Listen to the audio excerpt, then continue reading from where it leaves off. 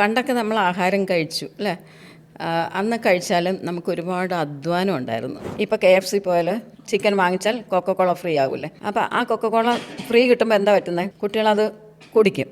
കുടിച്ചിട്ട് പിന്നെ അവർക്ക് ഒരു ടെംപ്റ്റേഷൻ കാണും അത് വാങ്ങിച്ച് കുടിക്കാനായിട്ട്. പണ്ടൊക്കെ നമ്മൾ കല്യാണ വീട്ടിലൊക്കെ പോകുമ്പോൾ മിക്സ്ചറും ചായയൊക്കെ ആയിരുന്നു. അത് കഴിഞ്ഞിട്ട് പിന്നെ ഫ്രൈഡ് റൈസ്, ചിക്കൻ അങ്ങനത്തെ സാധനങ്ങൾ വന്നു തുടങ്ങി. അത് ആ സന്ദർഭം തൊട്ടാണ് ഈ വ്യത്യാസങ്ങൾ വന്നത്. ബോഡി കോൺഷ്യസ് ആകും, ഡയറ്റിംഗ് നോക്കും. അന്നേരം ആ ഡയറ്റിംഗ് കൃത്യമല്ലെങ്കിൽ അവർക്ക് ഓപ്പോസിറ്റ് റിയാക്ഷനാണ് വരുന്നത്. കാലത്തെ ഞങ്ങളൊന്നും കഴിക്കത്തില്ല, പിന്നെ ഉച്ചയ്ക്ക് വല്ലതും കഴിക്കും, രാത്രിയിലാണ് ഭക്ഷണം. ആ ഭക്ഷണം വളരെ തെറ്റായ ഒരു സംഗതിയാണ്. എല്ലാത്തിനും ഡയറ്റ് ആൻഡ് എക്സസൈസാണ് ഏറ്റവും പ്രധാനം. ക്യാൻസറിന്, diabetes, fatty liver, hyper tension, pressure, ഇതിനെല്ലാം ഡയറ്റ് ആൻഡ് എക്സസൈസ് അതാണ് ഏറ്റവും മുകളിൽ നിൽക്കേണ്ട കാര്യം. ഏജ് കൂടുന്തോറും എക്സസൈസ് പ്രയാസമായിരിക്കും, എന്നാലും അവർക്ക് പറ്റുന്ന ജോലികൾ ചെയ്യണം. ഡയബറ്റീസ് എന്തുകൊണ്ട് വരുന്നു, അതെങ്ങനെ നമുക്ക് കൺട്രോൾ ചെയ്യാൻ സാധിക്കും, അതിനെന്തൊക്കെയാണ് കോംപ്ലിക്കേഷൻസ്, ഇത് ഇത്രയും മനസ്സിലാക്കി കഴിഞ്ഞാൽ നമുക്ക് ഡയബറ്റീസ് നന്നായിട്ട് ട്രീറ്റ് ചെയ്ത് പോകാൻ കഴിയും. ഡോക്ടർ, പ്രമേഹ രോഗവുമായി വരുന്ന മനുഷ്യരെ ചികിത്സിക്കുന്നതിൽ വിദഗ്ധയായിട്ടുള്ള ഒരു ഡോക്ടറെ മുന്നിലാണ് ഞാനിരിക്കുന്നത്. അപ്പോൾ എനിക്ക് ഡോക്ടറെ കാണുമ്പോൾ ആദ്യം ചോദിക്കാൻ തോന്നുന്നത് സ്ത്രീകളും പ്രമേഹവും എന്ന വിഷയത്തിലാണ്. സ്ത്രീകൾ ഏത് ഏജ് ഗ്രൂപ്പിലാണ് പ്രമേഹം എന്ന അസുഖവുമായി ഡോക്ടർ അടുക്കലേക്ക് എത്തുന്നത്? സ്ത്രീകളുടെ കാര്യം പറയുകയാണെങ്കിൽ അവരുടെ ആരോഗ്യം സംരക്ഷിക്കുന്നതേ ഇല്ല. നമുക്ക് നമ്മുടെ സമൂഹത്തിൽ നോക്കിയാൽ തന്നെ അറിയാം അല്ലേ? നമ്മുടെ ഫാമിലിയിൽ തന്നെ ഉണ്ട് ഒരുപാട് പേര് അവരവരുടെ ആരോഗ്യം നോക്കാറേ ഇല്ല. ഫാമിലിക്ക് വേണ്ടി ജീവിക്കുന്ന ഒരുപാട് പേരാണ് ഞാൻ കണ്ടിട്ടുള്ളത്. ഞാൻ പല ക്യാമ്പ്സ് നടത്തുമ്പോഴും അവയർനെസ് ക്ലാസ് കൊടുക്കുമ്പോഴും അവരിലേക്ക് നമ്മൾ ആരോഗ്യകരമായ ഒരു ശീലം വളർത്താനായിട്ട് പറയാൻ പോലും നമുക്ക് പറ്റാറില്ല. കാരണം അവരത് അത്ര ശ്രദ്ധിക്കാറില്ല. കാരണം ഇടത്തരം ആൾക്കാർക്ക്. ഇപ്പം പ്രമേഹത്തിൻ്റെ കാര്യം പറയുകയാണെങ്കിൽ തന്നെ ഇപ്പം ഒബീസിറ്റി ഉണ്ട്. ഒബീസിറ്റി വളരെയധികം കൂടിയിരിക്കുകയാണ്. പണ്ടൊക്കെ നമുക്ക് ഒബീസിറ്റിക്ക് വളരെ കുറവായിട്ടാണ് കണ്ടിരുന്നത്. അമിതവണ്ണമുള്ളവരൊക്കെ സ്കൂളിൽ പോകുമ്പോൾ നമ്മൾ കാണാറില്ല. ഞങ്ങളുടെ ക്ലാസ്സിൽ തന്നെ 1-2 പേരേ ഉണ്ടായിരുന്നുള്ളൂ. എന്നാൽ ഇപ്പോഴും നമ്മൾ വെളിയിലോട്ട് ഇറങ്ങിക്കഴിഞ്ഞാൽ ഒബീസിറ്റി ഉള്ള ആൾക്കാരെയാണ് കാണുന്നത്. അപ്പോൾ ഒബീസിറ്റിയും പ്രമേഹവുമാണ് ഇപ്പോഴത്തെ മോഡേൺ ഡിസീസായിട്ട് വരുന്നത്. ഒബീസിറ്റി ലീഡ്സ് ടു ഡയബറ്റിസ്, അങ്ങനെയാണ്. അപ്പോൾ ഏത് പ്രായത്തിലാണെന്ന് വെച്ചാൽ നമുക്ക് ഡിഫറെൻറ്റ് ടൈപ്സ് ഓഫ് ഡയബറ്റീസ് ഉണ്ട്. അതിൽ ടൈപ്പ് 1 ഉണ്ട്, ടൈപ്പ് 2 ഉണ്ട്, ജസ്റ്റേഷണൽ ഡയബറ്റീസ് ഉണ്ട്. അതിൽ ടൈപ്പ് 1 ഡയബറ്റീസ് ആണെങ്കിൽ നമുക്ക് തീരെ ഇൻസുലിൻ ഇല്ലാത്ത സ്റ്റേജാണ്. അത് ജനിക്കുമ്പോൾ തന്നെ ഉണ്ടാകാം. ആ കുട്ടികൾക്ക് ഇൻസുലിൻ കൊണ്ട് മാത്രമേ ജീവിക്കാൻ കഴിയുള്ളൂ. പിന്നെ ടൈപ്പ് 2 ഡയബറ്റീസ് എന്ന് പറഞ്ഞാൽ പണ്ടൊക്കെ ഞങ്ങൾ 80s ജോലി ചെയ്യുന്ന സമയത്ത് 40 വയസ്സ് കഴിയുന്ന ആൾക്കാർക്ക് നമ്മൾ കാണാറുണ്ട്. അങ്ങനെയാണ് പറയാറുണ്ട്. അപ്പോൾ അവർക്ക് നല്ല വണ്ണവും ഒക്കെ ഉള്ള ആൾക്കാരെയാണ് നമ്മൾ കാണുന്നതും അവർക്ക് ട്രീറ്റ്മെൻറ്റ് കൊടുക്കുന്നത്. എന്നാൽ ഇപ്പോഴും ഞങ്ങൾ സ്കൂളിൽ ക്ലാസ് എടുക്കുമ്പോൾ ഗവൺമെൻറ് സ്കൂളിൽ പോകുമ്പം അവിടെ ആഹാരമില്ലാത്ത കുട്ടികളാണ്. എന്നാൽ പ്രൈവറ്റ് സ്കൂളിലൊക്കെ പോകുമ്പം അവിടെ ഒബീസായിട്ടുള്ള കുട്ടികളാണ്. ആൺകുട്ടികളാണെങ്കിലും പെൺകുട്ടികളാണ്. അതിന് കാരണം അവരുടെ എക്കോണമിയാണ്. അവരുടെ കയ്യിൽ പൈസയുണ്ട്. അതിൻ്റെ സ്കൂളിൻ്റെ അടുത്ത് പല പല ബേക്കറീസ് ഉണ്ട്. 4 മണിയാകുമ്പം അവരവിടെ നിന്ന് ഫുഡ് കഴിക്കും. ഞാൻ ഒരു പ്രാവശ്യം കുട്ടികളെ ശ്രദ്ധിച്ചപ്പോൾ 2-3 പേര് വരുന്നു, ഇരിക്കുന്നു. ഒരാൾ പൈസ കൊടുത്ത് വാങ്ങുന്നു. അപ്പോൾ അതിൻ്റെ കൂട്ടത്തിലൊരു കുട്ടിയുണ്ട്, ഷെയർ ചെയ്യുന്ന പോലും ഇല്ല. അപ്പോൾ അങ്ങനെ ഒരുപാട് സംഗതികളുണ്ട്. ബേക്കറീസ്, സ്കൂളിൻ്റെ അടുത്തുള്ള ബേക്കറീസ്, അതിലെ ജങ്ക് ഫുഡ്സ്, ഇതെല്ലാം കഴിച്ച് കുട്ടികൾക്കിപ്പം അമിത വണ്ണം ഉണ്ടാവുകയാണ്. നമ്മൾ കുട്ടികളെ നോക്കുകയാണെങ്കിൽ ചെറുപ്പത്തിൽ തന്നെ വണ്ണമുള്ള കുട്ടികളുണ്ട്. അപ്പോൾ അവർക്കൊക്കെ 10 വയസ്സിൽ തന്നെ ടൈപ്പ് 2 ഡയബറ്റീസ് ഉണ്ടാകും. Type 2 diabetes. ടൈപ്പ് 1 നമുക്ക് ഒഴിവാക്കാൻ പറ്റില്ല. ടൈപ്പ് 2 ഡയബറ്റീസ് അവർക്ക് 10 വയസ്സ് മുതൽ കണ്ടുവരുന്നുണ്ട്. അപ്പോൾ ഇവർ ഈ ഒബീസുള്ള കുട്ടികൾ, പെൺകുട്ടികളാണേലും ആൺകുട്ടികളാണേലും, അവർ അഡോളസൻസ് ആകുമ്പോഴേക്ക് അവർക്ക് ഒബീസും ആയിരിക്കും, അവർ പ്രമേഹത്തിലോട്ട് പോവുകയും ചെയ്യും. ഞങ്ങൾ കണ്ടിട്ടുള്ള കുട്ടികൾ 17 വയസ്സുള്ള കുട്ടികളുണ്ട് പ്രമേഹമായിട്ട് വരുന്നത്. അപ്പോൾ അതൊക്കെ കാണുമ്പോൾ നമുക്ക് ഭയങ്കര വിഷമമാണ്. കാരണം ഈ കുട്ടികൾക്കൊക്കെ ഇത് പ്രിവെൻറ്റ് ചെയ്യാമായിരുന്നു എന്ന് വിചാരിക്കും. പിന്നെയുള്ള കാര്യം, പെൺകുട്ടികളുടെ കാര്യം പറയുകയാണെങ്കിൽ കോളേജിലൊക്കെ പഠിക്കുമ്പം അവർക്ക് ഒബീസിറ്റി ഉണ്ട്. പക്ഷേ കല്യാണം കഴിച്ചു കഴിഞ്ഞാൽ കല്യാണം കഴിക്കുന്നതിന് തൊട്ട് മുൻപായിട്ട് ഇവർക്ക് ഈ ഒബീസിറ്റിയൊക്കെ മാറ്റണം. ഇല്ലെന്നുണ്ടെങ്കിൽ അവർക്ക് ഡയബറ്റീസ് ഉണ്ടാകാനുള്ള സാധ്യത കൂടുതലാണ്. ഇൻഫെർട്ടിലിറ്റി ഉണ്ടാകും, PCOD ഉണ്ടാകും, ഒബീസിറ്റി ഉണ്ട്. അപ്പോൾ അതിൽ ജസ്റ്റേഷൻ ഡയബറ്റീസ് ആണ് ഏറ്റവും പ്രധാനം. അതായത് പ്രഗ്നൻസിയിൽ ഡയബറ്റീസ് വരും, പക്ഷെ അത് പ്രഗ്നൻസി കഴിയുമ്പോൾ, ഡെലിവറി കഴിയുമ്പോൾ അവർക്ക് മാറും. പിന്നെ അത് അവരെ ശ്രദ്ധിക്കത്തില്ല, കുഞ്ഞിൻ്റെ പുറകെ. അപ്പം ഫസ്റ്റ് ഡെലിവറി കഴിയുമ്പം അവരൊരുവിധം വണ്ണം വയ്ക്കും, സെക്കൻഡ് ഡെലിവറി ആകുമ്പോൾ പിന്നെയും വണ്ണം വയ്ക്കും. അങ്ങനെ ഓരോ ഡെലിവറി കഴിയുമ്പോഴേക്കും ഒബിസിറ്റി കൂടിക്കൊണ്ട് വരികയാണ്. പക്ഷെ അതുപോലെ ശ്രദ്ധിക്കുകയാണെങ്കിൽ കുഴപ്പമില്ല. പിന്നെ ഒരു പ്രാവശ്യം പ്രഗ്നൻസിയിൽ ഡയബറ്റീസ് ഉണ്ടെങ്കിൽ അടുത്ത പ്രഗ്നൻസിയിലും വരാനുള്ള സാധ്യതയുണ്ട്. പക്ഷേ എപ്പോഴും നമ്മൾ പ്രഗ്നൻസി ആയിക്കഴിഞ്ഞാൽ ഡയറ്റ് കൺട്രോൾ പ്രധാനമാണ്. കാരണം നമ്മൾ സാധാരണ ഗർഭിണികളെ കാണാൻ പോകുമ്പോൾ എന്താ കൊണ്ടുപോകണം? ബേക്കറി, ലഡു, ജിലേബി, മധുരം കൊടുക്കുക. അപ്പം അത് കൊണ്ടുപോകുമ്പോൾ അവർ വിചാരിക്കുന്നത് ഇവർ കൊണ്ടുവന്നതല്ലേ, കഴിക്കാൻ കഴിച്ചില്ലെങ്കിൽ. അപ്പം അത് കണ്ടമാനം കഴിക്കുക. അപ്പം ഇപ്പോൾ ഞാൻ പറയുന്നത് നമ്മൾ കാണാൻ പോകുമ്പം കുറേ ഫ്രൂട്ട്സ് കൊണ്ടുപോകുക. പിന്നെ അതുപോലെ ആ പ്രഗ്നൻസിയിൽ തന്നെ ഡയറ്റ് കൺട്രോൾ എടുത്തു കഴിഞ്ഞാൽ, അതായത് പണ്ടൊക്കെ എങ്ങനെയാണെന്ന് വെച്ചാൽ 2 പേരുടെ ആഹാരമല്ലേ എന്നും പറഞ്ഞ് അമ്മമാർ തന്നെ കൊടുക്കും. പക്ഷെ അതിൻ്റെ ആവശ്യമില്ല. ഡയറ്റ് കൺട്രോൾ എന്ന് പറഞ്ഞാൽ നമ്മൾ ഇപ്പോഴും ആഹാരം കഴിക്കുന്നുണ്ട്, അപ്പം അത് ആരോഗ്യകരമായിട്ട് കഴിക്കണം. ഇപ്പോൾ കഴിക്കുന്നത് ഒന്ന് ചേഞ്ച് ചെയ്ത് കഴിച്ചാൽ അത് നല്ല വ്യത്യാസം വരും. അത് നമുക്ക് പ്രഗ്നൻസിയിൽ ഡയബറ്റീസ് ഉണ്ടെങ്കിൽ അത് ഡയറ്റ് കൺട്രോളിൽ കൂടെ നമുക്ക് കുറയ്ക്കാൻ പറ്റും. അപ്പോൾ ഇൻസുലിൻ എടുക്കേണ്ടി വരത്തില്ല.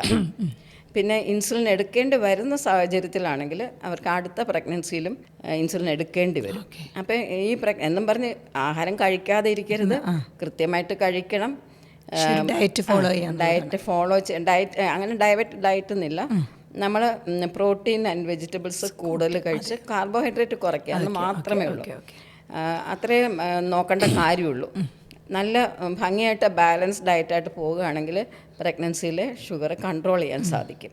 മാം, പ്രമേഹം മാമിൻ്റെ ഒരു വിഷയമായതുകൊണ്ട് തന്നെ നമ്മളിപ്പോൾ വളരെ ഒരു ഡിബേറ്റബിളായി തന്നെ പറയുന്ന ഒരു കാര്യമാണ് കാർബോഹൈഡ്രേറ്റ് കുറയ്ക്കുക. അപ്പം നമ്മൾ കാലങ്ങളായി കഴിച്ചു വന്നിരുന്ന ചോറ് കുറയ്ക്കുക. അപ്പം മറുവശത്ത് മറ്റൊരു വിഭാഗം പറയുന്നുണ്ട്, നമ്മളൊക്കെ ചോറ് കഴിച്ചിട്ടല്ലേ വളർന്നത്, ഒന്നും പറ്റിയില്ലല്ലോ, പിന്നെ എന്താണ് ഇപ്പോൾ ഒരു പുതുമ എന്നുള്ള വാദമുണ്ട്. അറിയാൻ വേണ്ടി ചോദിക്കട്ടെ, നമ്മൾ ഈ ചോറ് വില്ലനാണോ, കാർബോഹൈഡ്രേറ്റ് എത്രത്തോളം വില്ലനാണ്? പണ്ടൊക്കെ നമ്മൾ ആഹാരം കഴിച്ചു അല്ലേ, അന്ന് കഴിച്ചാലും നമുക്ക് ഒരുപാട് അധ്വാനം ഉണ്ടായിരുന്നു അല്ലേ. അമ്മയ്ക്കാണേലും അരയ്ക്കണം, ഇടിക്കണം, പൊടിക്കണം, ആ അധ്വാനങ്ങളുണ്ട്. അപ്പോൾ ആഹാരം കഴിച്ചാലും നമുക്ക് ഒരു എക്സസൈസ് ഉണ്ട്. പക്ഷേ ഇന്നാണെങ്കിൽ അന്ന് പൈസയും കുറവാണ്, കയ്യിൽ പണമില്ലാത്തതുകൊണ്ട് അതനുസരിച്ച് നമുക്ക് അന്ന് ചോറേ ഉള്ളൂ, ചോറും സാമ്പാറും ഒക്കെ ഓരോ കുന്നുകൂട്ടി ആൾക്കാർ കഴിക്കുന്ന കണ്ടിട്ടുണ്ട്. എന്നിട്ടും അവർക്കും പ്രമേഹമില്ല. പക്ഷെ അതുപോലെ അധ്വാനിച്ചുകൊണ്ടിരിക്കുകയാണ്. അതാണ് അതിലെ പ്രധാനം. ഇപ്പോഴാണെങ്കിൽ എന്ത് പറ്റി, അരയ്ക്കണ്ട, മിക്സിയുണ്ട്, അലക്കണ്ട. അന്ന് അരയ്ക്കൽ, ഇടിക്കലൊക്കെ ഉണ്ടായിരുന്നു. അപ്പോൾ അതിനെല്ലാം മെഷീൻ വന്നു കഴിഞ്ഞപ്പോഴേക്കും മോഡേണൈസേഷനായി. ഇന്ന് വില്ലേജസിൽ അങ്ങനെയൊക്കെ ഉണ്ടെങ്കിലും നമുക്ക് ടൗണിലൊന്നും അങ്ങനെയില്ല. അതിൻ്റെ കൂടെ എക്സസൈസ് ഇല്ലാതെ വരുമ്പോൾ, നമ്മൾ കാർബോഹൈഡ്രേറ്റ് ഒരുപാട് കഴിച്ചിട്ട് എക്സസൈസ് ഇല്ലാതെ വരുമ്പം അതെല്ലാം നമ്മുടെ ശരീരത്തിൽ അടിഞ്ഞുകൂടി ട്രൈഗ്ലിസറൈഡൊക്കെ ആയിട്ട് ഫാറ്റി ലിവറൊക്കെ ധാരാളമായി ഉണ്ടാകാറുണ്ട്. ഫാറ്റി ലിവർ എന്ന് പറഞ്ഞാൽ ട്രൈഗ്ലിസറൈഡ് നമ്മുടെ ലിവറിലോട്ട് അടിഞ്ഞു കൂടും. അങ്ങനെയാണ് ഫാറ്റി ലിവറൊക്കെ വരുന്നത്. ഓക്കെ മാം, അപ്പോൾ ഞാൻ പറഞ്ഞു കേട്ടതിൽ എനിക്ക് മനസ്സിലായത് ഈ പ്രമേഹം എന്ന് പറയുന്നത് ജീവിതശൈലിയായിട്ട് വളരെ അടുത്ത് നിൽക്കുന്ന അവസ്ഥയാണ്. അപ്പോൾ നമുക്ക് ഓരോ ഏജ് ഗ്രൂപ്പായി തന്നെ സംസാരിക്കാം. ആദ്യം കൗമാരക്കാരുടെ കാര്യം പറയുകയാണെങ്കിൽ ഒരു 15 വയസ്സ് മുതൽ അല്ലെങ്കിൽ ഒരു 14-13 വയസ്സ് മുതലുള്ള കുട്ടികൾ അവരുടെ ഒരു ജീവിതശൈലിയിൽ എങ്ങനെയൊക്കെ മാറ്റം വരുത്തണം, അല്ലെങ്കിൽ എങ്ങനെയൊക്കെ ജീവിക്കണം എന്നാണ് മാമിന് തോന്നുന്നത്? അതിൽ പറയാനുള്ളത് നമുക്ക് ജങ്ക് ഫുഡ്സാണ്. നമുക്ക് 80s ഈ ജങ്ക് ഫുഡ്സ് ഒന്നും ഇല്ലായിരുന്നു.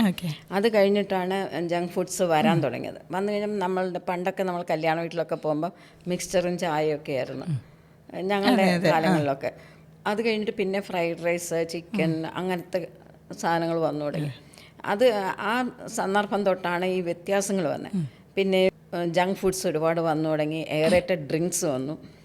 ഇപ്പോൾ KFC പോയാൽ ചിക്കൻ വാങ്ങിച്ചാൽ കൊക്കക്കോള ഫ്രീ ആവില്ല.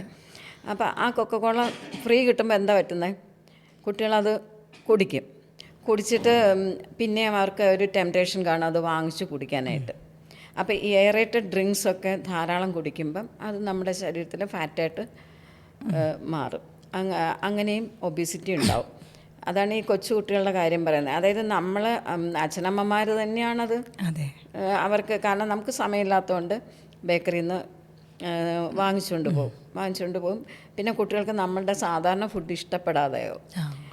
അപ്പോഴേ ഈ പഫ്സൊക്കെ ആണെന്ന് വെച്ചാൽ അതിനകത്ത് നിറച്ചും എണ്ണയാണ്, മൈദയാണ്. എണ്ണയെന്ന് വെച്ചാൽ അതിനുണ്ടാക്കാൻ തന്നെ പ്രത്യേകിച്ചൊരു ഫാറ്റുണ്ട്. അത് 3 ലെയർ വെച്ചിട്ടാണ് ഉണ്ടാക്കുന്നത്. അപ്പോൾ ആ ഫാറ്റ്, അതായത് നമ്മളിപ്പോൾ ഒരു അഡൾട്ട് കഴിക്കുന്ന ഭക്ഷണം ഒരു കൊച്ചുകുട്ടി കഴിച്ചാൽ അവരുടെ ശരീരത്തിൽ എന്തുമാത്രം ഫാറ്റ് ഉണ്ടാവുമെന്ന് നമുക്ക് ഊഹിക്കാവുന്നേ ഉള്ളൂ. അതുപോലെ തന്നെ ഈ കൊക്കക്കോള പോലത്തെ ഡ്രിങ്ക്സ് അവർക്ക് അവരുടെ ബ്ലഡിനകത്ത് ഈ ഒരു അഡൾട്ട് കഴിക്കുന്ന ആ ഡ്രിങ്ക്സ് കഴിച്ചാൽ അതുപോലെ അവർക്ക് അനാരോഗ്യമുണ്ടാകാം. എപ്പോഴും നമ്മുടെ ജങ്ക് ഫുഡ്സാണ് പ്രധാനമായിട്ടും കാരണം. അതാണ് ഇപ്പോൾ എല്ലാവരും പണ്ടത്തെ ആഹാരത്തിലോട്ട് തിരിച്ചു പോകുന്നത്. പക്ഷെ അത് എനിക്ക് കുട്ടികൾക്ക് പറ്റുമെന്ന് എനിക്ക് തോന്നുന്നില്ല. കാരണം ദുബായിലൊക്കെ ജീവിക്കുന്ന കുട്ടികൾക്ക് പച്ചക്കറിയൊന്നും കഴിക്കാറില്ല. അതായത് അമ്മയുടെ എല്ലാ കാര്യങ്ങളും വിശദമായി പറഞ്ഞു കഴിഞ്ഞപ്പോഴേക്കും ആ അമ്മ പറഞ്ഞു, എനിക്ക് 2 പെൺകുട്ടികളാണ്, 8ലും 10ലും പഠിക്കുകയാണ്, 100 കിലോ വീതമുണ്ട് ഇപ്പോൾ വെയിറ്റ്. അവർക്ക് എനിക്കിനി തിരിച്ച് ആഹാര രീതി അവർക്ക് കൊണ്ടുപോകാൻ പറ്റുകയില്ല, അവരതുപോലെ അഡിക്റ്റഡ് ആയിരിക്കുകയാണ്. അപ്പം അത് ഒരു പ്രധാന കാരണം ഫുഡ്. പിന്നെ എക്സസൈസ്. പണ്ടൊക്കെ സ്കൂളിൽ നമ്മൾ ഒരുപാട് കളിക്കാനൊക്കെ പോകുമായിരുന്നു. പീരീഡ്സ് ഉണ്ട്, അങ്ങനത്തെ കളിക്കാനുള്ള ഓരോ പീരീഡുകളുണ്ട്. അപ്പോൾ ആ കുട്ടികൾ അങ്ങനെ കളിക്കും. ഇപ്പം അതും കുറവായിട്ടാണെന്ന് തോന്നുന്നത്, എക്സസൈസ് ഇല്ലായ്മ. പിന്നെ കുട്ടികൾക്ക് ട്യൂഷൻ, സ്കൂളിൽ നിന്ന് പോയി കഴിഞ്ഞാൽ ഉടനെ ട്യൂഷൻ, അവർക്ക് ഒരു എക്സ്ട്രാ ടൈം കിട്ടുന്നില്ല. മൊബൈല്, കമ്പ്യൂട്ടർ, ഇതെല്ലാം ഒരു പ്രധാന കാരണമാണ്. അപ്പം ഒന്ന് ഫുഡ്, ഒന്ന് എക്സസൈസ്, പിന്നെ ഫാമിലി ഹിസ്റ്ററി ഓഫ് ഡയബറ്റീസ് ഉണ്ടെങ്കിൽ, അച്ഛനും അമ്മയ്ക്കും ഉണ്ടെങ്കിൽ എല്ലാ മക്കൾക്കും വരാം. എനിക്കൊരു ഫാമിലി ഉണ്ടായിരുന്നു, 12 മക്കളുള്ള ഒരച്ഛനും അമ്മയും. ആ 12 മക്കൾക്കും ഡയബറ്റീസ് ഉണ്ടായിരുന്നു. പിന്നെ അച്ഛനും അമ്മയ്ക്കും ഒരാൾക്കാണെങ്കിൽ പകുതി കുട്ടികൾക്ക് വരാം. ഇപ്പോൾ 2 മക്കളാണെങ്കിൽ അതിലൊരാൾക്ക് വരാം. അങ്ങനെയാണ് ഫാമിലി ഹിസ്റ്ററി. പിന്നെ അഡൾട്ട്സിന് പിന്നെ ചില മെഡിസിൻസ് എടുത്താൽ വരാം. സ്റ്റീറോയിഡ്സ് ഒക്കെ എടുക്കുമ്പോൾ നമുക്ക് അത് പക്ഷേ അത് വിത്ഡ്രോ ചെയ്യുമ്പോൾ അത് മാറും.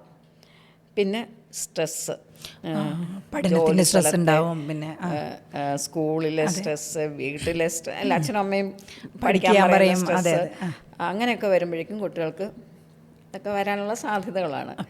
മാം, ഈ സ്ത്രീകളുടെ ജീവിതശൈലിയെക്കുറിച്ച് പറയുമ്പോൾ നമ്മളിപ്പോൾ കൗമാരക്കാരെക്കുറിച്ച് പറഞ്ഞു. അടുത്തൊരു ഏജ് ഗ്രൂപ്പുണ്ട്, വിവാഹം. അതായത് കൺവെൻഷനലി ചിന്തിച്ചാൽ വിവാഹത്തിന് തൊട്ട് മുന്നേ വരെയുള്ള ഒരു 20s തുടക്കത്തിൽ. അപ്പോൾ ആ കാലത്ത് അവരൊരു പ്രഗ്നൻസിക്കൊക്കെ ചിലപ്പോൾ തയ്യാറെടുക്കുന്ന കാലം കൂടിയാവും. അപ്പോൾ നമ്മൾ എന്തൊക്കെയാണ് ശ്രദ്ധിക്കേണ്ടത് പ്രധാനമായിട്ടും? അതിൽ ഞാൻ ഒബീസിറ്റിയാണ്. കാരണം കോളേജിലൊക്കെ പോകുന്ന കുട്ടികൾ, അവരുടെ വണ്ണമുള്ള കുട്ടികളാണെങ്കിൽ ഡയറ്റിംഗ് നോക്കും. അതെ, ആ സമയത്താണ് ഭയങ്കരമായിട്ട് ബോഡി കോൺഷ്യസ് ആകും, ഡയറ്റിംഗ് നോക്കും. അന്നേരം ആ ഡയറ്റിംഗ് കൃത്യമല്ലെങ്കിൽ അവർക്ക് ഓപ്പോസിറ്റ് റിയാക്ഷനാണ് വരുന്നത്. അപ്പോൾ സ്കൂളിൽ ഞങ്ങൾ കോളേജിൽ ക്ലാസ് എടുക്കാൻ പോകുമ്പോഴേക്കും എങ്ങനെയാണ് നിങ്ങളുടെ ആഹാര രീതി എന്ന് ചോദിച്ചാൽ, കാലത്തെ ഞങ്ങളൊന്നും കഴിക്കത്തില്ല, പിന്നെ ഉച്ചയ്ക്ക് വല്ലതും കഴിക്കും, രാത്രിയിലാണ് ഭക്ഷണം. ആ ഭക്ഷണം വളരെ തെറ്റായ ഒരു സംഗതിയാണ്. കാരണം ബ്രേക്ക്ഫാസ്റ്റാണ് ഏറ്റവും നമുക്ക് പ്രധാനമായിട്ട് വേണ്ട ആഹാരം. ബ്രേക്ക്ഫാസ്റ്റ് നന്നായിട്ട് കഴിക്കണം. കാരണം നമ്മുടെ ഇൻസുലിൻ സെക്രീഷൻ ബ്രേക്ക്ഫാസ്റ്റിനാണ് കൂടുതൽ വരുന്നത്. പിന്നെ കുറച്ച് കഴിച്ചാലും കുഴപ്പമില്ല.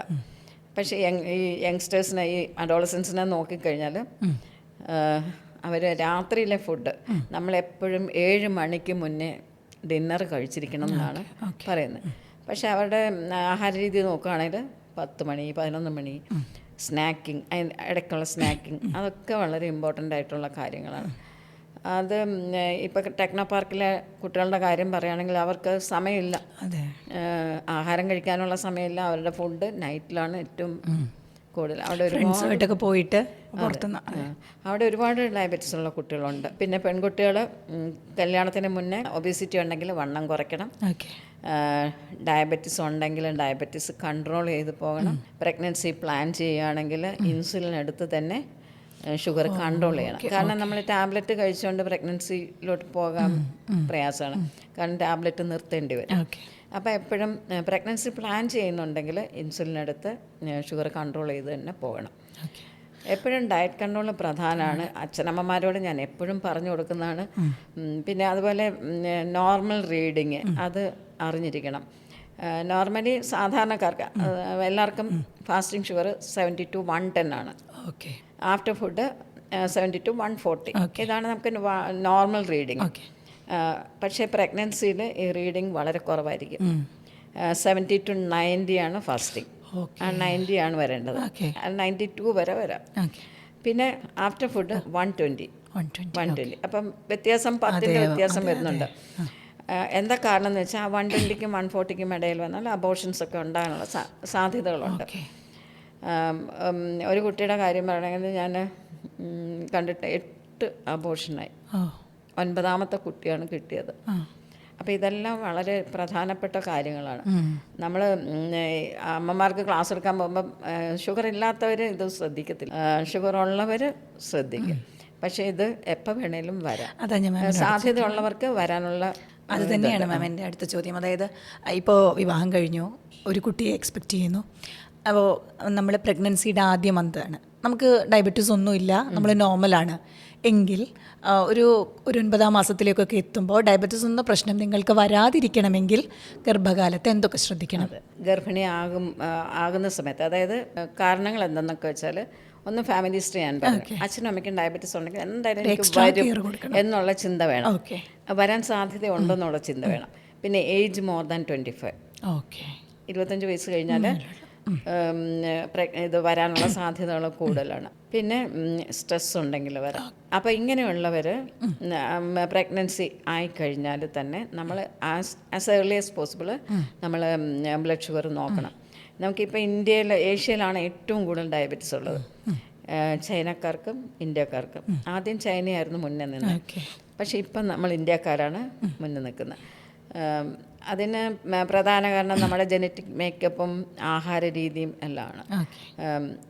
അപ്പം ഇങ്ങനെ ഒരു സമൂഹമാണ് നമ്മുടെ ഡയബറ്റീസ് വരാൻ സാധ്യതയുള്ള സമൂഹത്തിലാണ് നമ്മൾ ജീവിക്കുന്നത്. അങ്ങനെ വരുമ്പോൾ എന്താണെന്ന് വെച്ചാൽ അങ്ങനത്തെ ആ പെൺകുട്ടികൾക്കും ഡയബറ്റീസ് വരാനുള്ള എല്ലാ സാധ്യതകളും ഉണ്ട്. അങ്ങനെ വരുമ്പോൾ നമ്മൾ പ്രഗ്നൻസി തുടങ്ങുമ്പോൾ തന്നെ ആഹാരം ബാലൻസ് ഡയറ്റായിട്ട് 3 നേരം മെയിൻ ഫുഡും 3 നേരം സ്നാക്സുമായിട്ട് കഴിച്ച് കറക്റ്റായിട്ട് പോകുകയാണെങ്കിൽ നന്നായിട്ട് കൺട്രോൾ ചെയ്ത് പോകാൻ സാധിക്കും. അടുത്തൊരു ഏജ് ഗ്രൂപ്പ് ഒരു 30 മുതൽ 40 വരെ എൻ്റെയൊക്കെ ഒരു കാറ്റഗറി പെടുന്ന ആ സമയത്ത് എന്താ വെച്ചാൽ, നമുക്ക് ഒരു സമയത്ത് നമ്മൾ കുട്ടിയുടെ പുറകെ അവൻ്റെ വളർച്ച അത് ശ്രദ്ധിക്കണം, മറ്റൊന്ന് ഫാമിലി ടേക്ക് കെയർ ചെയ്യണം, മറ്റൊന്ന് കരിയർ നോക്കണം. ഇതെല്ലാം കൂടെ നമ്മളിങ്ങനെ ജീവിതം പങ്കുവെച്ച് കൊടുക്കുന്നതാണ്. അതിനിടയിൽ നമുക്കൊരു ബോധം ഉണ്ടാവും, നമ്മുടെ കാലം നമ്മളൊരു മധ്യവയസ്സിലേക്കൊക്കെ എത്തിക്കൊണ്ടിരിക്കുകയാണ് എന്നുള്ളൊരു നമ്മളൊരു ടൈമിങ് അലാമിങ് നമ്മളിലുണ്ടാവും. പക്ഷേ നമുക്കൊന്നിനും അങ്ങനെ സമയമൊന്നും ഉണ്ടാവില്ല, ഓടുന്നൊരു സമയമായിരിക്കും. അപ്പോൾ സ്ത്രീകൾ പൊതുവേ അവനവനെ തന്നെ മറന്നു പോകാറുണ്ട് എന്ന് പറയാറുണ്ട്. എന്തൊക്കെ ശ്രദ്ധിക്കണം?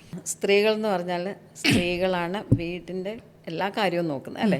ഇപ്പോഴ് ആണുങ്ങളും ഷെയർ ചെയ്യുന്നുണ്ടെങ്കിലും പണ്ടത്തെ ആൾക്കാരുടെ കാര്യം നോക്കുകയാണെങ്കിൽ സ്ത്രീകളാണ് മെയിനായിട്ട് ആ വീട് നോക്കുന്നത്, ഫുഡ് സെലക്ട് ചെയ്യുന്നത്, കുഞ്ഞുങ്ങളെ നോക്കുന്നു, ഗ്രാൻഡ് പേരൻസിനെ നോക്കുന്നു, മദറിനില്ല, ഫാദറിനില്ല, എല്ലാവരെയും നോക്കുന്നു. ആ സമയത്ത് ഇവർക്ക് എങ്ങനെ സമയം കിട്ടും അവരുടെ ഹെൽത്ത് നോക്കാനായിട്ട്? എന്നാലും അതിന് സമയം ഉണ്ടാക്കണം എന്നാണ് ഞാൻ പറയുന്നത്. കാരണം നമ്മൾ എണീറ്റ് നിന്നാൽ മാത്രമേ ബാക്കിയുള്ളവരെ നോക്കാൻ സാധിക്കുകയുള്ളൂ. അപ്പോൾ അവരവരുടെ ഹെൽത്ത് നോക്കണം. ഈ പ്രഗ്നൻസി ഈ ഡെലിവറിയൊക്കെ കഴിഞ്ഞിട്ട് ഡയബറ്റീസ് ഉള്ള കുട്ടികളോട് ഞങ്ങൾ 6 മാസം കഴിയുമ്പോൾ തിരിച്ചു വരാൻ പറയും. ഇവരാരും വരില്ല. വരാതെ ഒരു 400-500 ഷുഗർ ആകും ചില സമയത്ത്. ആ അമ്മയ്ക്കും കുഞ്ഞിനും ഡയബറ്റീസ് വരാം. പലരും ഇത് ഇഗ്നോർ ചെയ്യും. കാരണം അത് നമുക്കറിയാം അതങ്ങനെ നടക്കുള്ളൂ. കുഞ്ഞിൻ്റെ കാര്യം നോക്കണം, വീട്ടിൽ പല പ്രോബ്ലംസ് കാണും, ഇവർക്ക് സപ്പോർട്ട് ഇല്ലാത്ത ആൾക്കാരുണ്ട് ഒരുപാട്. അങ്ങനെ വരുമ്പോൾ അവരുടെ ഹെൽത്ത് അവർ നോക്കാറില്ല. പക്ഷേ എപ്പോഴും ആ ശുശ്രൂഷിക്കുന്ന ആൾ എണീറ്റ് നിന്നാൽ മാത്രമേ ബാക്കിയുള്ളവരെ നോക്കാൻ സാധിക്കുള്ളൂ എന്ന് ഫാമിലിയും വിചാരിക്കണം, അവനവനും വിചാരിക്കണം. ഞാൻ എപ്പോഴും സ്ത്രീകളോട് പറയും, നിങ്ങൾ ആദ്യം ഭക്ഷണം കഴിക്കൂ. ആദ്യം ഭക്ഷണം കഴിച്ചാലേ നിങ്ങൾക്ക് അവർക്ക് എടുത്തോളും. കാരണം ഇപ്പോൾ ഹൈപ്പോഗ്ലൈസിമിയൊക്കെ വന്ന് ഇവർ വീണ് പോയാൽ അവർക്ക് ബാക്കിയൊന്നും നോക്കാൻ സാധിക്കില്ല. അപ്പോൾ എപ്പോഴും അവനവൻ്റെ ആരോഗ്യം നോക്കണം. എനിക്കൊരു പേഷ്യൻ്റ് ഉണ്ടായിരുന്നു, അച്ഛൻ, അമ്മ, മകൾ സൈക്യാട്രി പേഷ്യൻ്റായിരുന്നു. അച്ഛൻ വർക്ക് ചെയ്യുന്നയാൾ, അമ്മ ഹൗസ് വൈഫാണ്. അപ്പോൾ എൻ്റെ അടുത്ത് ഒരു ദിവസം വന്നു. അപ്പോൾ അവരെന്നോട് പറയുന്നു, ഡോക്ടറെ ഇങ്ങേരൊന്നും കഴിക്കത്തില്ല, മരുന്നൊന്നും കഴിക്കത്തില്ല എന്ന് പറഞ്ഞു. അപ്പം മകള് സൈക്കാട്രി പേഷ്യൻ്റ്, അതിനും ഡയബറ്റീസ് ഉണ്ട്, അച്ഛനും ഉണ്ട്, അമ്മയ്ക്കും ഉണ്ട്. അപ്പം ഞാൻ ചോദിച്ചു, നിങ്ങൾ എൻ്റെ കാര്യം പോട്ടെ എന്ന് പറഞ്ഞു. എൻ്റെ കാര്യം സാരമില്ല. ഞാൻ പറഞ്ഞു, അതല്ല, നിങ്ങളുടെ ഷുഗർ നോക്കട്ടെ ഞാൻ പറഞ്ഞു. അന്നേരം ഞാൻ നോക്കുമ്പോൾ അവർക്ക് 600 ഷുഗർ. അങ്ങേർക്ക് വളരെ കുറവ്. അങ്ങേരെല്ലാം കൃത്യം ചെയ്യുന്ന ആളാണ്. ഇവരാണ് പറയുന്നത് അങ്ങേരൊന്നും ചെയ്യുന്നില്ല, എടുക്കുന്നില്ല. അപ്പം അവരവരുടെ കാര്യം നോക്കുന്നില്ല. അങ്ങനെ ഒരു 2 വർഷം കഴിഞ്ഞതും അവർ മരിച്ചുപോയി. പിന്നെ അച്ഛനും അമ്മയും അച്ഛനും മോളും മാത്രമേ ഉള്ളൂ. കാരണം ഇങ്ങനത്തെ ഒരുപാട് സംഗതികൾ നമ്മൾ ജീവിതത്തിൽ കണ്ടുപോകുന്നതാണ്. അതൊക്കെ നമുക്ക് വളരെ മനസ്സിന് വിഷമം. എനിക്ക് തോന്നുന്നു അപ്പോഴൊക്കെ ഡോക്ടർക്ക് ഇങ്ങനെ സ്ത്രീകളോട് പറയാൻ തോന്നും അല്ലേ, നിങ്ങളെ ശ്രദ്ധിക്കൂ എന്നുള്ളൊരു കാര്യം. പിന്നെ ഈ കോംപ്ലിക്കേഷൻസ് ഉണ്ട് ഡയബറ്റീസിൻ്റെ. അത് ഒരു പ്രധാന കാരണം ഞാൻ പറയാൻ. കാരണം അക്യൂട്ട് കോംപ്ലിക്കേഷൻ ഉണ്ട്, അത് ഷുഗർ കൂടുന്നതും ഷുഗർ കുറയുന്നതും. ക്രോണിക് കോംപ്ലിക്കേഷൻസ് ഉണ്ട്, അത് മാക്രോവാസ്കുലറും മൈക്രോവാസ്കുലറും ഉണ്ട്. മാക്രോവാസ്കുലർ എന്ന് വലിയ രക്തക്കുഴലിനെ എഫക്റ്റ് ചെയ്താൽ നമുക്ക് ബ്രെയിൻ അറ്റാക്ക് വരാം, ഹാർട്ട് അറ്റാക്ക് വരാം, ഫുഡ് അറ്റാക്ക് വരാം. കാരണം പലർക്കും കാല് മുറിക്കേണ്ട സ്റ്റേജ്. പിന്നെ ചെറിയ രക്തക്കുഴലിനെ എഫക്റ്റ് ചെയ്താൽ ബ്ലൈൻഡ്നെസ് വരാം, കണ്ണിന് റെറ്റിനോപ്പതി വന്ന് ബ്ലൈൻഡ്നെസ് വരാം, കിഡ്നിക്ക് ഡാമേജ് വരാം, നെഫ്രോപ്പതി വരാം, കാലിലേക്ക് സെൻസേഷൻ കുറഞ്ഞിട്ട് ന്യൂറോപ്പതി ഉണ്ടാവും. അപ്പോൾ ഇത് ഞാൻ പറയാൻ കാരണം, എനിക്കൊരു പേഷ്യൻ്റ് വന്നു. വരുമ്പോൾ ഹസ്ബൻഡിൻ്റെ തോളിൽ പിടിച്ച് വരും. അവർ ഒരു 50-53 വയസ്സേ ഉള്ളൂ. അവർ വന്നിട്ട് പറഞ്ഞു, എനിക്കൊരു സുപ്രഭാതത്തിൽ എൻ്റെ കണ്ണ് കാണാൻ വയ്യാതായി. കാരണം എന്താണെന്ന്, റെറ്റിനോപ്പതി വന്നതാണ്, ഡയബറ്റീസ് വന്നിട്ട്. അപ്പം ചെറുപ്പക്കാർ, അതായത് 30-40 വയസ്സുള്ള പെൺകുട്ടികളൊന്നും ഇതിനെപ്പറ്റി ഒട്ടും ശ്രദ്ധിക്കത്തില്ല. ഇന്നലെ എനിക്കൊരാൾ വന്നു, ഇറഗുലർ ട്രീറ്റ്മെൻറ്റാണ്. കാരണം ഇത് ശ്രദ്ധിക്കാതിരുന്ന ഈ കോംപ്ലിക്കേഷൻ വന്നു കഴിഞ്ഞാൽ നമുക്കൊന്നും ചെയ്യാൻ സാധിക്കത്തില്ല. അപ്പോൾ എപ്പോഴും ഡയബറ്റീസിനെ നിസ്സാരമായി കാണരുത്, നമ്മളത് കൺട്രോൾ ചെയ്ത് പോകണം. ഒരു പ്രാവശ്യം വന്നാൽ നമുക്ക് ജീവിതകാലം മുഴുവൻ ഉണ്ടാകും. അത് തീർത്ത് തരാമെന്നുള്ള പല ട്രീറ്റ്മെൻറ്റും പലരും പറയാറുണ്ട്, പക്ഷെ അങ്ങനെ തീർക്കാൻ പറ്റത്തില്ല.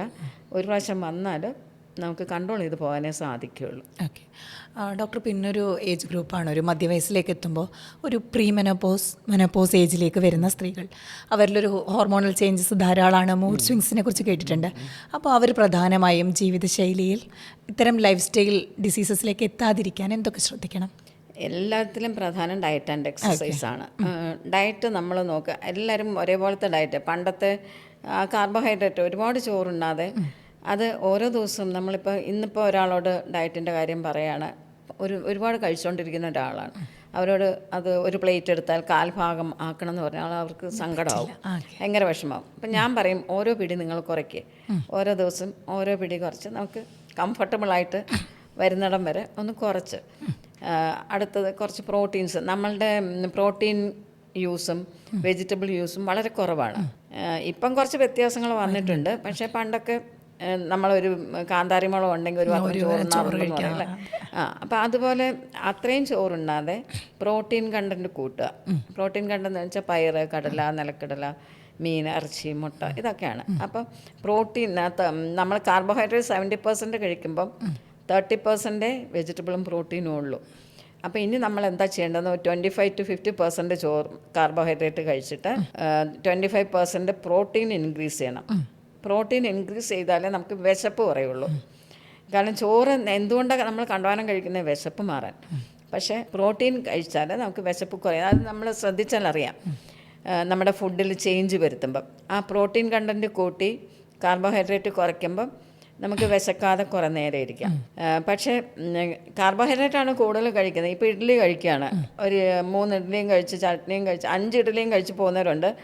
11 വിശക്കും. കാരണം അത് കാർബോഹൈഡ്രേറ്റ് മാത്രമാണ് കൂടുതൽ, അതിനകത്ത് കുറച്ച് പ്രോട്ടീനേ ഉള്ളൂ. അപ്പോൾ പ്രോട്ടീൻ കണ്ടൻറ്റ് കൂട്ടിക്കഴിയുമ്പോൾ നമുക്ക് കംഫർട്ടബിളായിട്ട് ഉച്ചവരെ പോകാൻ സാധിക്കും. ഇല്ലെങ്കിൽ 11 മണിയാകുമ്പോൾ വിശക്കും. അതിനാണ് 11 മണിക്ക് സ്നാക്ക് കഴിക്കുന്നത്. അപ്പോൾ എപ്പോഴും പ്രോട്ടീൻ കണ്ടൻറ്റ് കൂട്ടി കാർബോഹൈഡ്രേറ്റ് കുറച്ച് വെജിറ്റബിൾ കൂട്ടണം. Vegetable half portion of the plate ആക്കണം. പ്ലേറ്റ് മെത്തേഡാണ് ഏറ്റവും നല്ലത്. ഒരു പ്ലേറ്റ് എടുത്താൽ 1/4 protein carbohydrate, 1/4 protein, half vegetables. പക്ഷേ അത് സ്ത്രീകൾക്ക് ഫോളോ ചെയ്യാൻ പറ്റുമെന്നാണ്. കാരണം അവർ വീട്ടിലെ എല്ലാ ജോലിയും ചെയ്ത് കുഞ്ഞുങ്ങളെയും വിട്ട് ഇതെങ്ങനെ അവർക്ക് ഫോളോ ചെയ്യാൻ പറ്റും? എനിക്ക് 2-3 പേരുണ്ട്, എന്നും പുട്ടും പഴമാണ് എൻ്റെ വീട്ടിലെന്ന് പറയും. അപ്പം ഞാൻ പറഞ്ഞു എന്ത് ചെയ്യാം, ഞാൻ ടീച്ചറാണ്, എനിക്ക് കാലത്തെ പോണം, പുട്ടും പഴമേ ഉണ്ടാക്കാൻ പറ്റത്തുള്ളൂ. അപ്പം പിന്നെ നമുക്ക് എന്തെങ്കിലും പറയാൻ പറ്റുമോ? അപ്പം നമുക്ക് പറയാം, പറയുമ്പോൾ ഓർത്തിരുന്ന് ചെയ്യാൻ പറ്റുന്ന ചെയ്യട്ടെ എന്ന് പറഞ്ഞാണ് ഇങ്ങനെ പറഞ്ഞുകൊണ്ടേയിരിക്കുന്നത്. അപ്പം ഇപ്പം വെജിറ്റബിൾ ആണെങ്കിൽ ഹാഫ് പോർഷൻ കഴിക്കണം എന്ന് പറയുമ്പം നമ്മൾ അവിയൽ മാത്രം കഴിച്ചാൽ മടുക്കും. അപ്പോൾ അവിയലും ഒരു തോരനോ എന്തെങ്കിലും ഉണ്ടാക്കണം, എന്നാലേ മടുക്കാതിരിക്കും. അത് ഞായറാഴ്ച മാത്രമേ നടക്കുള്ളൂ ആ കാര്യം, അല്ലാതെ വർക്കിംഗ് ഡേയ്സിലൊന്നും നടക്കത്തില്ല. എന്നാലും നമുക്ക് പറ്റുന്ന സമയത്ത് അങ്ങനെ കഴിക്കുകയാണെങ്കിൽ നമുക്ക് കുറേ ഹെൽത്തി ആയിരിക്കാം. പ്രമേഹമല്ലാതെ സ്ത്രീകളിൽ പൊതുവേ കാണപ്പെടുന്ന ജീവിതശൈലി രോഗങ്ങൾ എന്തൊക്കെയാണ്? ജീവിതശൈലി രോഗങ്ങൾ എന്ന് പറഞ്ഞാൽ നോൺ കമ്മ്യൂണിക്കബിൾ ഡിസീസ്, അതായത് പകരുന്ന അസുഖമുണ്ട്, പകരാത്ത അസുഖം. നോൺ കമ്മ്യൂണിക്കബിൾ എന്ന് പറഞ്ഞാൽ ഹൈപ്പർ ടെൻഷൻ, പ്രഷർ കൂടുക, ഡയബറ്റിസ്, പിന്നെ ഹാർട്ട് ഡിസീസ്. അപ്പോൾ ഇതെല്ലാം നോൺ കമ്മ്യൂണിക്കബിൾ ഡിസീസായി വരുന്നത്. ഇതെല്ലാം ജീവിതശൈലിയിൽ വന്ന മാറ്റങ്ങൾ കൊണ്ടുവരുന്നതാണ്. അപ്പോൾ ഇതെല്ലാം പ്രിവെൻറ്റബിൾ ഡിസീസാണ്. അപ്പോൾ അത് നമ്മൾ ചെറുപ്പത്തിൽ തന്നെ നമ്മളെ കുട്ടികളെ ഒബിസിറ്റി കാണുമ്പോൾ തൊട്ട് തന്നെ അവർക്ക് ഉള്ള ഡയറ്റും എക്സസൈസും, എല്ലാത്തിനും ഡയറ്റ് ആൻഡ് എക്സസൈസാണ് ഏറ്റവും പ്രധാനം. ക്യാൻസറിന്, diabetes, fatty liver, hyper tension, pressure, ഇതിനെല്ലാം ഡയറ്റ് ആൻഡ് എക്സസൈസ് അതാണ് ഏറ്റവും മുകളിൽ നിൽക്കേണ്ട കാര്യം. ഡയറ്റും എക്സസൈസും നമ്മൾ വീട്ടിൽ തന്നെ ശീലിക്കണം, തുടങ്ങി വയ്ക്കണം. എക്സസൈസ് പിള്ളേർക്ക് ചെയ്യണം, മധ്യവയസ്കർക്കും ചെയ്യണം, എല്ലാവരും. പിന്നെ ഏജ് കൂടുന്തോറും എക്സസൈസ് പ്രയാസമായിരിക്കും, എന്നാലും അവർക്ക് പറ്റുന്ന ജോലികൾ ചെയ്യണം. ജോലികൾ ചെയ്ത് നമുക്ക് ഫിറ്റായിരിക്കണം. കാരണം ഒരു 40 വയസ്സ് കഴിഞ്ഞാൽ നമുക്ക് ജിമ്മിലൊക്കെ എല്ലാവരും പോകുന്നുണ്ടല്ലോ ഇപ്പം, മസിലൊക്കെ ഉണ്ടാകാനുള്ള എക്സസൈസ് ചെയ്യണം. കാരണം 40 വയസ്സ് തുടങ്ങണം. അത് 70 വയസ്സും ഒക്കെ ആയിക്കഴിഞ്ഞ് തുടങ്ങിക്കഴിഞ്ഞാൽ അത് അത്രയും ഹെൽത്തി ആയിരിക്കത്തില്ല. അപ്പം 40 വയസ്സിനെ ഇതൊക്കെ തുടങ്ങിയാലേ നമ്മൾ ഏജ് ആകുമ്പോൾ ഒക്കെ ഹെൽത്തി ആയിട്ടിരിക്കാൻ സാധിക്കും. നാം സംസാരിച്ച് പോയാൽ ഇടയ്ക്കൊക്കെ കേട്ട വാക്കാണ് സ്ട്രെസ് എന്നുള്ളത്. അപ്പോൾ ഈ സ്ട്രെസ്സും ആരോഗ്യവും തമ്മിൽ എങ്ങനെ ബന്ധപ്പെട്ടിരിക്കുന്നു? സ്ട്രെസ്സ് വരുമ്പോഴേക്കും നമുക്ക് എല്ലാവിധ അസുഖങ്ങളും ഉണ്ടാകാൻ സാധ്യതയുണ്ട്. മാനസിക സമ്മർദ്ദം കൂടിക്കഴിയുമ്പോൾ പ്രഷർ കൂടാം, ഡയബറ്റിസ് കൂടാം, ഹാർട്ട് ഡിസീസ് ഉണ്ടാകാം. ഇപ്പോൾ തന്നെ നമുക്ക് ടെക്നോ പാർക്കിലൊക്കെ വർക്ക് ചെയ്യുന്ന പിള്ളേർക്കൊക്കെ നല്ല സ്ട്രെസ് ഉണ്ട്. ബാങ്കിൽ വർക്ക് ചെയ്യുന്ന കുട്ടികൾക്ക് അവരുടെ ടാർഗറ്റ് റീച്ച് ചെയ്തില്ലെങ്കിൽ അവർക്ക് സ്ട്രെസ്സാണ്. പിന്നെ കുട്ടികൾ സ്കൂളിൽ പഠിക്കുന്ന കുട്ടികൾക്കും സ്ട്രെസ് വരുന്നുണ്ട്. അതെല്ലാം അസുഖത്തിലോട്ട് നയിക്കും. പക്ഷേ നമുക്ക് ചിലത് പറ്റാത്ത കാര്യങ്ങളാണ്. അത് നമുക്ക് സ്ട്രെസ്സ് ഫ്രീ ആക്കാൻ നമ്മൾ ഈ എക്സസൈസും പാട്ടൊക്കെ കേൾക്കുക, ഇങ്ങനെ സമയം കിട്ടുന്ന സമയങ്ങളിൽ അങ്ങനെ ചെയ്യുക. അതുപോലെ തന്നെയാണ് ഈ ഉറക്കത്തിൻ്റെ പ്രാധാന്യം, അത് പ്രത്യേകിച്ച് സ്ത്രീകളിൽ ഒന്ന് പറയാമോ? ഉറക്കം 6 തൊട്ട് 7 മണിക്കൂർ കൃത്യമായി ഉറങ്ങണം. അതുപോലെ ഫുഡും കൃത്യസമയത്ത് തന്നെ കഴിക്കാൻ നോക്കണം. 3 മെയിൻ ഫുഡും 3 സ്നാക്സും, അത് എല്ലാവരും അങ്ങനെ കഴിക്കുകയാണ് ഏറ്റവും നല്ലത്. അതാണ് ഒരു ആരോഗ്യകരമായ ഫുഡ്. പിന്നെ ഉറക്കം 6 തൊട്ട് 7 മണിക്കൂർ വേണം. അത് എത്ര പേർക്ക് പറ്റുമെന്ന് എനിക്ക് തോന്നുന്നില്ല. പിന്നെ ഉറക്കക്കുറവ് വന്നാൽ ഷുഗറൊക്കെ കൂടാൻ സാധ്യതകളുണ്ട്. പിന്നെ നൈറ്റ് ഡ്യൂട്ടി ഷിഫ്റ്റ് ഉള്ളവർക്കൊക്കെ ആ സർക്കേഡിയൻ റിതം മാറുകയാണ്. മാറുമ്പോഴും അസുഖത്തിൻ്റെ വേരിയേഷൻസ് വരാം.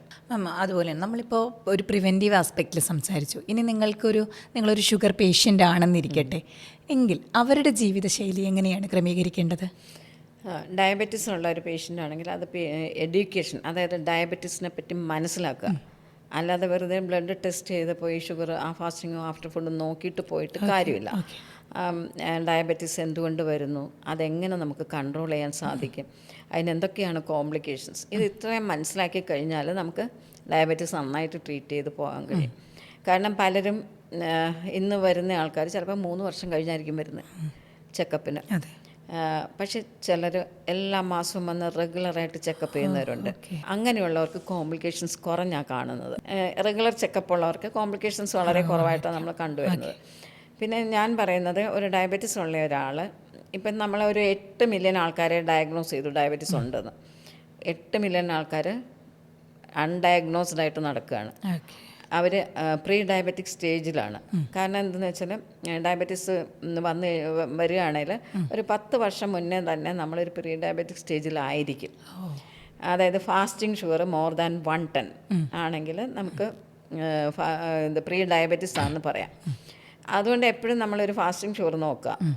പിന്നെ HbA1c നോക്കണം. പിന്നെ ഞാൻ പറയുന്നത്, ഡയബറ്റീസ് ഉള്ള ആൾ ഒരു 10 ടെസ്റ്റ് കമ്പൾസറി ആയിട്ട് എല്ലാ വർഷവും ചെയ്തിരിക്കണം. അതെന്താണെന്ന് വെച്ചാൽ ഫാസ്റ്റിംഗ് ഷുഗറും ആഫ്റ്റർ ഫുഡും നമ്മൾ നോക്കുക. ഫാസ്റ്റിംഗ് ഷുഗർ നമ്മൾ 9 മണിക്ക് മുന്നേ നോക്കണം. ആഫ്റ്റർ ഫുഡാണെങ്കിൽ ആഹാരവും മരുന്ന് കഴിക്കുന്നുണ്ടെങ്കിൽ അതും കഴിച്ചിട്ട് ആഫ്റ്റർ ഫുഡ് നോക്കണം. ഇത് നമ്മളൊരു ഡയറിയിൽ കുറിച്ച് വെക്കണം. അടുത്ത മാസം നോക്കുമ്പോൾ ഇതിൽ കൂടുതലാണോ കുറവാണോ എന്ന് നോക്കണം. എല്ലാ മാസവും ചെയ്യണമെന്ന് വെച്ചാൽ ഫ്രീക്വൻ്റായിട്ട് ചെയ്യുന്നതുകൊണ്ട് കുഴപ്പമില്ല, പക്ഷേ ഇത്രയെങ്കിലും ചെയ്തു വെക്കണം. ചിലരതൊന്നും നോക്കാറില്ല, അതുകൊണ്ടാണ്. പിന്നെ HbA1c എന്ന് പറഞ്ഞാൽ കഴിഞ്ഞ 3 മാസത്തെ ആവറേജ് വാല്യൂ ആണ്. അത് നമുക്ക് നോക്കുമ്പോൾ അറിയാം ഈ 3 മാസം കൺട്രോൾ ആയിരുന്നോ ഇല്ലയോ. ചില പേഷ്യൻസ് നമുക്ക് ചെക്ക് ചെയ്യാൻ വരുന്നതെന്ന് ആഹാരമൊന്നും കഴിക്കാതെ നോക്കിയിട്ട് വരും. അപ്പം നമുക്ക് HbA1c കാണുമ്പോൾ അറിയാം ഇവർ കൺട്രോളിലല്ലായിരുന്നു. പിന്നെ മൂന്നാമത്തത് ഒരു ECG ആണ്. ECG എന്തിനാണ് എടുക്കുന്നതെന്ന് വെച്ചാൽ, ഡയബറ്റിക് പേഷ്യൻസ് ചിലർക്ക് നെഞ്ചുവേദന വരത്തില്ല. ECG നോക്കുമ്പോഴായിരിക്കും ചേഞ്ചസ് ഉള്ളത്.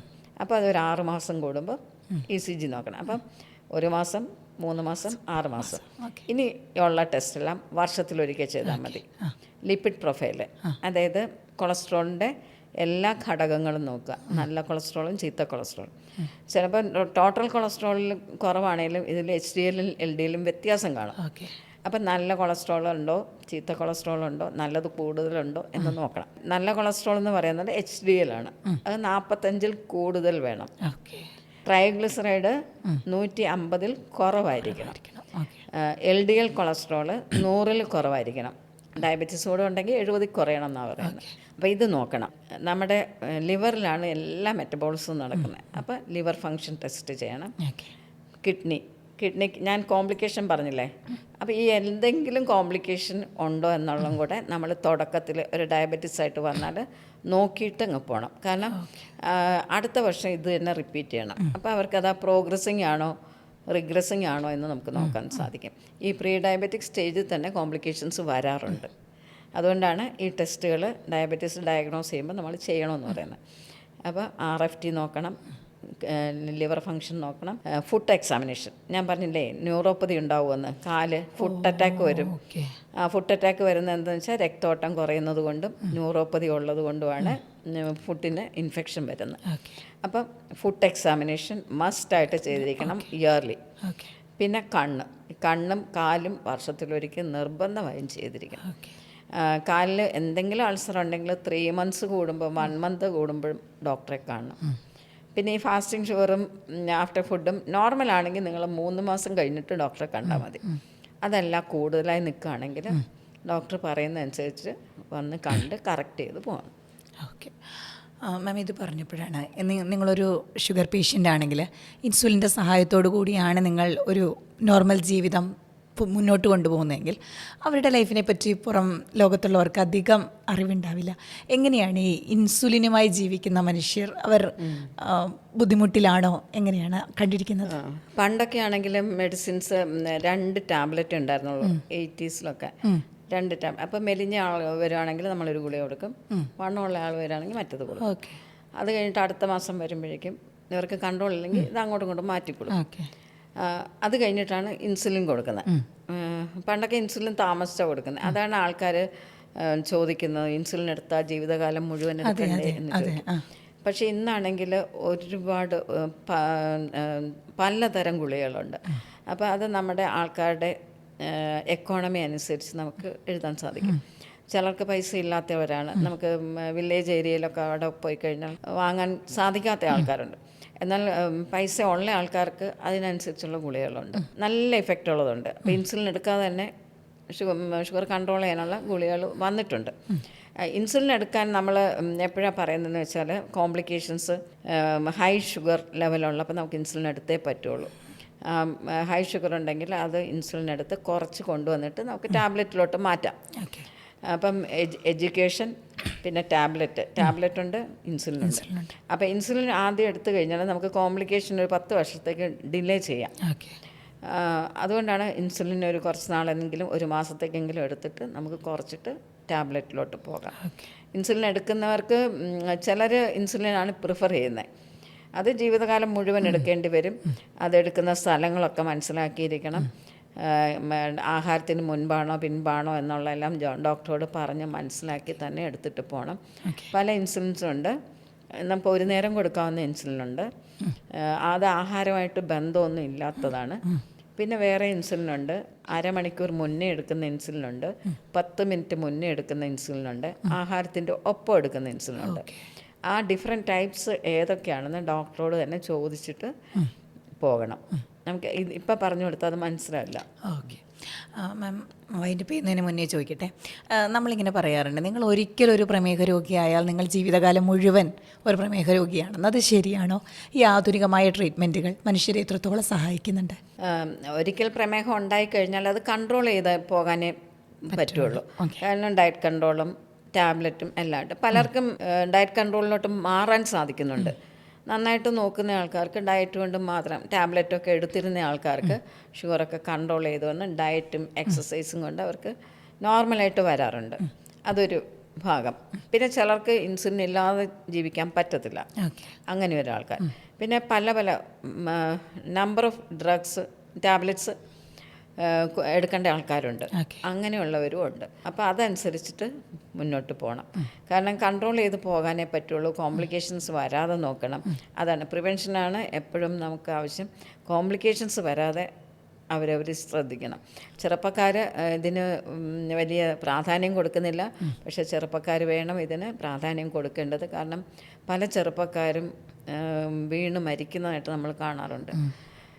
അത് ഒന്ന് ഡയബറ്റീസും ഹാർട്ട് അറ്റാക്കും ഒത്തു വരുന്ന ബന്ധമുള്ളത് കൊണ്ടാണ് അങ്ങനെ വരുന്നത്. ഒരു കാര്യം കൂടി, ഡോക്ടർ ഒരുപാട് ക്ലാസ് എടുക്കാൻ പോകാറുണ്ട്, അവയർനെസ് പ്രോഗ്രാംസ് ചെയ്യാറുണ്ട്. അപ്പോൾ ഓർമ്മിച്ചിരിക്കുന്ന ഒരു കേസോ ഒരു മെമ്മറിയോ അങ്ങനെ പറയാനുണ്ടോ? അങ്ങനെ പറയാൻ, ഞാൻ നേരത്തെ പറഞ്ഞതാണ് എനിക്കൊരു അമ്മയുടെ കാര്യം പറഞ്ഞത്. പിന്നെ പറയാനുള്ളത്, ഞാൻ ഡയറ്റാണ് എല്ലാവർക്കും പറഞ്ഞു കൊടുക്കുന്നത്. അമ്മമാർക്കാണ് പ്രത്യേകിച്ചും പറഞ്ഞു കൊടുക്കുന്നത്. അവരുടെ ആഹാര സെലക്ഷൻ അതായത് നമ്മളിപ്പോൾ സൂപ്പർ മാർക്കറ്റിൽ പോയി കഴിഞ്ഞാൽ ആഹാരം ഓരോന്ന് സെലക്ട് ചെയ്ത് എടുത്ത് കുക്ക് ചെയ്യേണ്ട കാര്യങ്ങൾ. പിന്നെ എയറേറ്റഡ് ഡ്രിങ്ക്സ് ഒഴിവാക്കുക. പിന്നെ എനിക്ക് പ്രധാനമായിട്ടും പറയാനുള്ളത് മെറ്റബോളിക് സിൻഡ്രോം എന്ന് പറഞ്ഞ ഒരെണ്ണമുണ്ട്. മെറ്റബോളിക് സിൻഡ്രോം എന്ന് പറഞ്ഞാൽ അതിന് 4 കമ്പോണൻസ് ആണ്. ഒന്ന് ഒബീസിറ്റി, അതൊക്കെ നമുക്ക് സിമ്പിളായിട്ട് ചെയ്യാവുന്ന കാര്യമാണ്. Obesity, hyper tension, blood pressure, pre diabetes, പിന്നെ ഡിസ്ലൈപ്പിഡീമിയ, കൊളസ്ട്രോളിൻ്റെ ചീത്ത കൊളസ്ട്രോൾ കൂടുന്നത്. ഈ 4 എണ്ണം. അപ്പോൾ ഇച്ചിരി വണ്ണമുള്ള ആളാണെങ്കിൽ ഇവർക്കിതെല്ലാം ഉണ്ടോ എന്ന് നോക്കണം. ഒന്ന് എക്സ്പ്ലെയിൻ ചെയ്യാം. അതായത് ഒബീസിറ്റി ഉണ്ടെങ്കിൽ നമുക്കൊരു കുഞ്ഞു ടേപ്പ് നമ്മുടെ വയറിൻ്റെ മെഷർമെൻറ്റ് എടുക്കുക. വയറിൻ്റെ പൊക്കിളിൻ്റെ അവിടെ വെച്ച് മെഷർമെൻറ്റ് എടുക്കുമ്പം ലേഡീസിനാണെങ്കിൽ 80 സെൻറ്റിമീറ്റർ ആയിരിക്കണം, മെയിൽസിനാണെങ്കിൽ 90 സെൻറ്റിമീറ്റർ. ഇതിൽ കൂടുകയാണെങ്കിൽ നമുക്ക് സെൻട്രൽ ഒബീസിറ്റി ഉണ്ടെന്ന് അർത്ഥം. പണ്ട് കുടവയറുള്ളവരൊക്കെ വലിയ ഗമയിലിരിക്കില്ലേ, അതൊക്കെ ഫാറ്റാണ്, ഫാറ്റ് ചുറ്റുമുള്ള. അപ്പോൾ അത് നോക്കണം. പിന്നെ രണ്ടാമത്തത് പ്രീ ഡയബറ്റിസ് എന്ന് പറഞ്ഞു. പ്രീ ഡയബറ്റിസ് എന്ന് പറഞ്ഞാൽ ഫാസ്റ്റിംഗ് ഷുഗർ മോർ ദാൻ 110, അതായത് അത് നമ്മൾ ചെക്ക് ചെയ്യണം. ഫാസ്റ്റിംഗ് ഷുഗർ മോർ ദാൻ 110 ഉണ്ട്. ബ്ലഡ് പ്രഷർ മോർ ദാൻ 130/90 ഉണ്ടെങ്കിൽ. പിന്നെ കൊളസ്ട്രോളിൻ്റെ ചെക്ക് ചെയ്യണം. കൊളസ്ട്രോൾ ചെക്ക് ചെയ്യുമ്പോൾ ട്രൈഗ്ലിസറൈഡ്സ് മോർ ദാൻ 150, ഞാൻ നോർമൽ 150 ആണ് പറഞ്ഞത്, അത് മോർ ദാൻ 150 ഉണ്ടെങ്കിൽ. പിന്നെ നല്ല cholesterol HDL, high density lipoprotein, അത് 45-ൽ കൂടുതൽ വേണം. അത് കൂടി നിൽക്കണം. HDL കൂടി നിൽക്കണം. പലർക്കും അത് കുറഞ്ഞ് കാണാറുണ്ട്, 27 കാണുള്ളൂ. അപ്പോൾ അങ്ങനെയുള്ളപ്പോൾ അവർക്ക് റിസ്ക് ഉണ്ട്, ഹാർട്ട് റിസ്ക് വരാറുണ്ട്. ഇതിലേതെങ്കിലും 3 ഉണ്ടെങ്കിൽ നമുക്ക് ഭാവിയിൽ ഒരു ഡയബറ്റിക് പേഷ്യൻറ്റോ അല്ലെങ്കിൽ ഹാർട്ട് പേഷ്യൻ്റ് ആകാനുള്ള സാധ്യതകൾ വളരെ കൂടുതലാണ്. ഓക്കെ. അപ്പോൾ അത് മനസ്സിലാക്കിയിരിക്കണം. ഇങ്ങനെ ഒബിസിറ്റി ഉണ്ടെങ്കിൽ ഇത്രയും കാര്യങ്ങൾ, നമ്മൾ സിമ്പിൾ കാര്യങ്ങളാണ്, അതൊന്ന് ചെയ്തേക്കണം. മാം, എനിക്കറിയാം ഇപ്പോൾ ഹോസ്പിറ്റലിൽ നിന്ന് വന്നതാണ്. വളരെ ഇൻഫോർമേറ്റീവായൊരു ടോക്കായിരുന്നു. Thank you so much.